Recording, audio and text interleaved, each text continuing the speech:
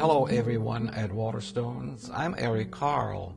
This year I would like to ask you to join me in celebrating 40 years of my book, The Very Hungry Caterpillar, and to thank you for reading and enjoying it for so long. I truly appreciate it. One day I played with a hole puncher kind of innocently and just playfully, and I punched holes into a stack of paper. And I looked at the holes and I thought of a bookworm. The first version of The Very Hungry Caterpillar was A Week with Willie the Worm. And it was just the way it is today, except the ending was different. Willie Worm grows into a big fat worm. And then I showed it to my editor, Anne Benedus, and she didn't like the worm so much. So we talked back and forth about other possible animals or bugs or something. And at one time she said, how about a caterpillar? And I said, butterfly. The process is the fun part. Well, mainly I use collage technique, but I also do linoleum cuts, pen and ink, watercolors, but mainly collage. I love color. And I have this one frustration that I cannot be even more colorful, that the range of what our eye sees is so limited. The caterpillar is going to be 40 years old and I'm going to be 80 years old.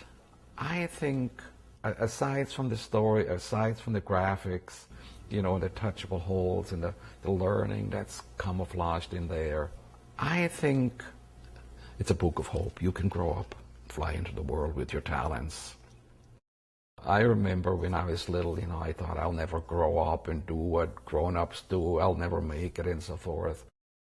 Growing up can be very difficult. It's a big secret. It's a big challenge for children. I like to help the children along. Of course, I'm gratified that it has had such an impact. I think it's translated in 45, 46 languages. Thank you for helping me celebrate the 40th anniversary of The Very Hungry Caterpillar.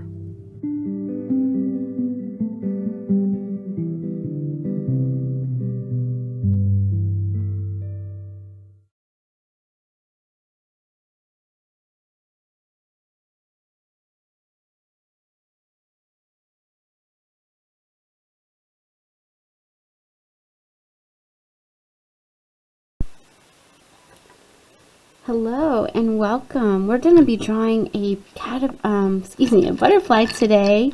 Hopefully you saw that great video from Eric Carle, and he explained his beautiful book, The Very Hungry Caterpillar. That was the process of a caterpillar becoming a butterfly. So now today we're going to use our black crayon. If you have one, or any color will do.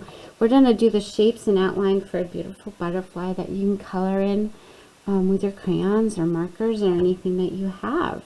So a butterfly has beautiful shapes, and we know that a butterfly's wings are the same on both sides. So when we create our butterfly today, we want to make sure that we are doing the same shapes on either side of our butterfly. So let's start with the center. We're going to do a long oval shape best you can down the center of your page, because we want to have room on either side for our butterfly wings.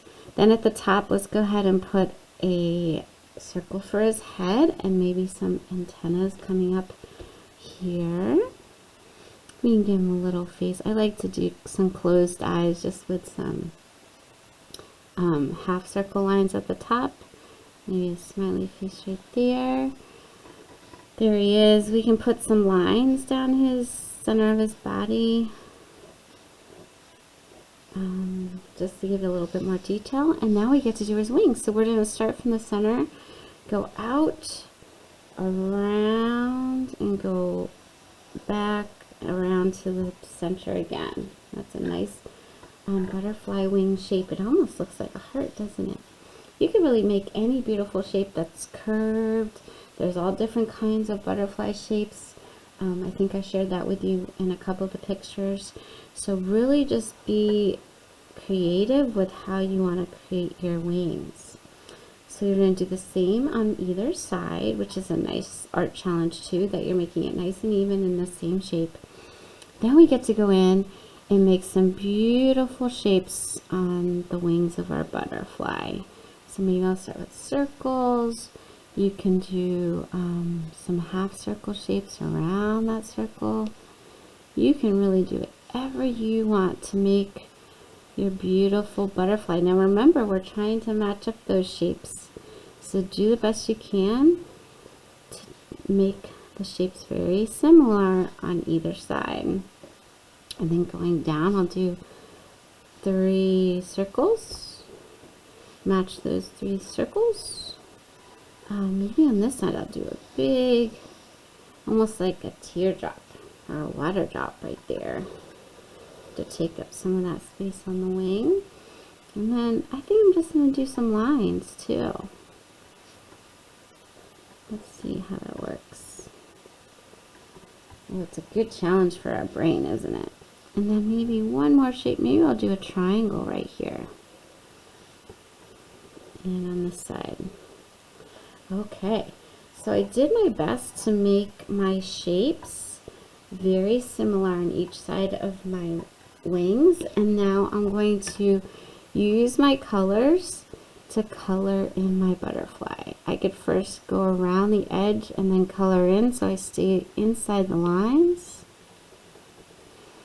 And all the color choice is up to you. There's no right or wrong colors. You can just create a beautiful butterfly any way you want to today.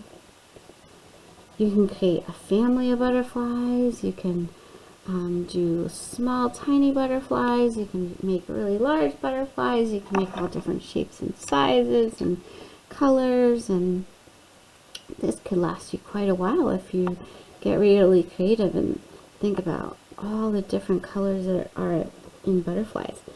And also, if you want to, you can research some butterflies and maybe see a picture that you really like of a certain kind of butterfly and then make a point to color just like that one.